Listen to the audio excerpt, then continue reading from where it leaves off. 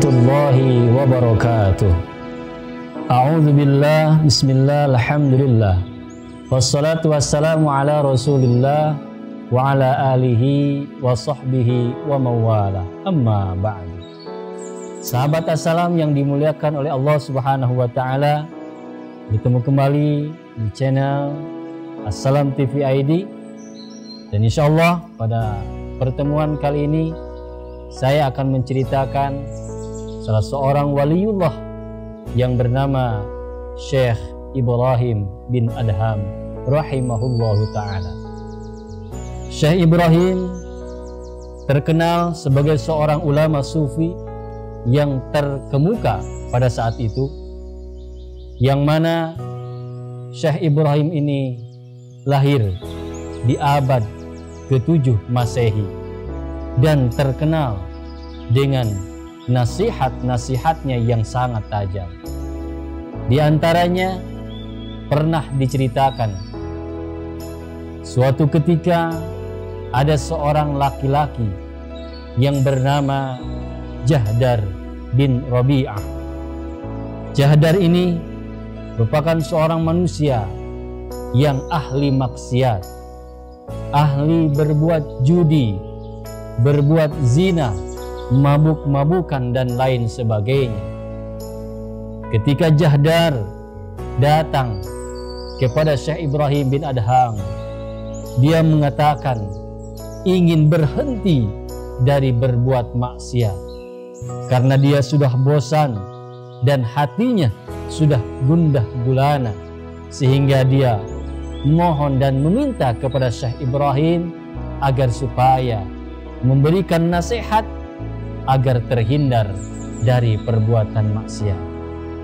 Berkatalah Jahdar kepada Syekh Ibrahim, "Wahai Imam, berikanlah aku pesan, berikanlah aku nasihat, berikanlah aku cara agar supaya aku berhenti dari perbuatan maksiat, agar supaya aku berhenti dari melakukan perbuatan dosa."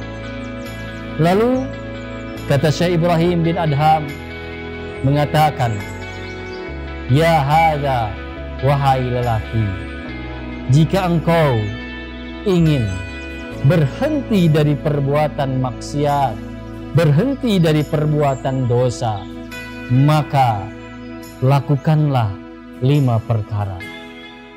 Yang pertama," kata Imam Ibrahim bin Adham, "jika engkau ingin berbuat maksiat kepada Allah, fa idza aradta an ta'siyallah fala ta'kul rizqahu." Jika engkau ingin berbuat maksiat kepada Allah, maka janganlah engkau memakan rezekinya Allah Subhanahu wa ta'ala. Lalu lelaki tersebut terdiam dan mengatakan kepada Syekh Ibrahim, "Wahai Imam, itu merupakan sesuatu yang tidak mungkin. Semua makhluk yang ada di permukaan bumi ini semuanya memakan pemberian rezeki dari Allah Subhanahu wa ta'ala." Lalu kata Imam Ibrahim bin Adham, "Ya hadza, wahai lelaki, jika engkau selalu memakan rezeki dari Allah, jika engkau selalu mendapatkan kenikmatan dari Allah, pantaskah engkau untuk berbuat maksiat kepada Allah Subhanahu wa ta'ala?" Lalu lelaki tersebut terdiam dan mengatakan kepada Syekh Ibrahim, "Ya Imam, hatasaniyah, apa yang kedua? Cara agar supaya aku berhenti dari perbuatan maksiat." Lalu kata Syekh Ibrahim bin Adham mengatakan, "Fa idza aradta an ta'siyahu fala taskun syai'an min biladihi."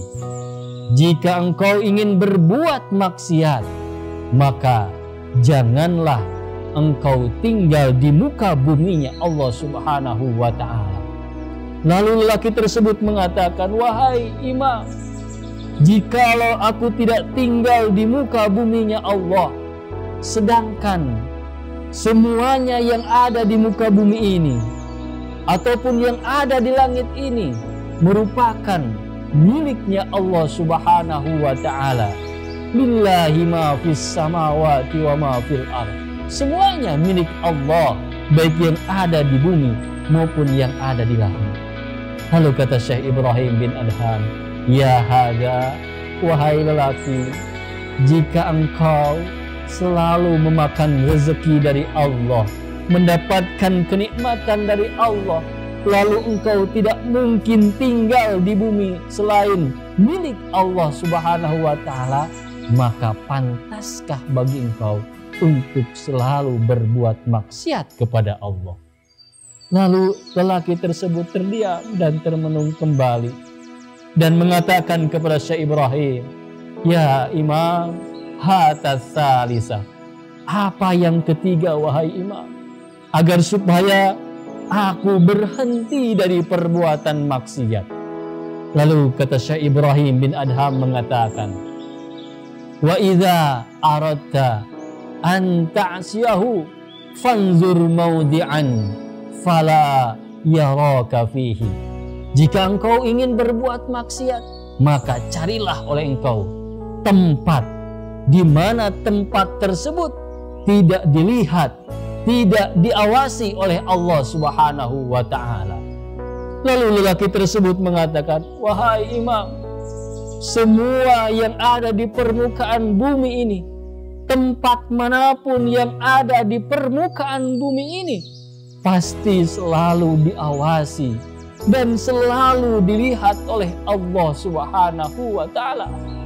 Lalu kata Syekh Ibrahim bin Adham mengatakan, ya hadza, wahai lelaki, jika engkau selalu memakan rezeki dari Allah, jika engkau tidak bisa tinggal selain tinggal di buminya Allah Subhanahu wa ta'ala, dan jika engkau merasa selalu diawasi dan dilihat oleh Allah dalam setiap gerak-gerak, dalam setiap perbuatanmu, maka pantaskah bagi engkau untuk berbuat maksiat kepada Allah? Lalu lelaki tersebut berlinang air mata, mengingat akan semua dosa-dosa yang pernah dilakukannya, dan mengatakan kepada Syekh Ibrahim bin Adham, wahai Imam, hatar rabi'ah, apa yang keempat wahai Imam, cara agar supaya aku berhenti dari perbuatan maksiat ini? Lalu kata Syekh Ibrahim bin Adham mengatakan kepada lelaki tersebut, idza ja'aka malakul maut liyaqbida ruhaka faqul lahu akhirni. Ingatlah, kata Syekh Ibrahim, jika ketika engkau melakukan perbuatan maksiat, lalu seketika datang malakul maut, malaikat maut, yaitu malaikat Israel, untuk mencabut nyawamu, katakanlah kepada malaikat Israel tersebut, akhirni, tundaklah kematianku, hatta atuba taubatan nasuha wa a'mala amalan salihan, sehingga aku akan melakukan taubatan nasuha dan melakukan amal soleh. Bisakah engkau melakukan seperti itu? Kata Syekh Ibrahim. Lalu lelaki tersebut menangis dan mengatakan kepada Syekh Ibrahim, wahai Imam, itu semuanya mustahil, itu semuanya tidak mungkin. Aku tidak bisa menunda yang namanya kematian ketika malaikat Israel datang untuk mencabut nyawaku. Lalu kata Syekh Ibrahim bin Adham mengatakan, ya hadza, wahai lelaki, jika engkau selalu memakan rezeki dari Allah, lalu jika engkau selalu tinggal di buminya Allah, dan jika engkau selalu diawasi, dilihat oleh Allah, dan jika engkau tidak bisa menunda yang namanya kematian ketika malaikat Israel datang, pantaskah untuk berbuat maksiat kepada Allah Subhanahu wa ta'ala? Sahabat assalam yang dimuliakan oleh Allah, lelaki tersebut semakin menangis dengan menjadi-jadi dan mengatakan kepada Syekh Ibrahim bin Adham, wahai Imam, hatal khamisah, Apa yang kelima? Cara agar supaya aku berhenti dari perbuatan maksiat.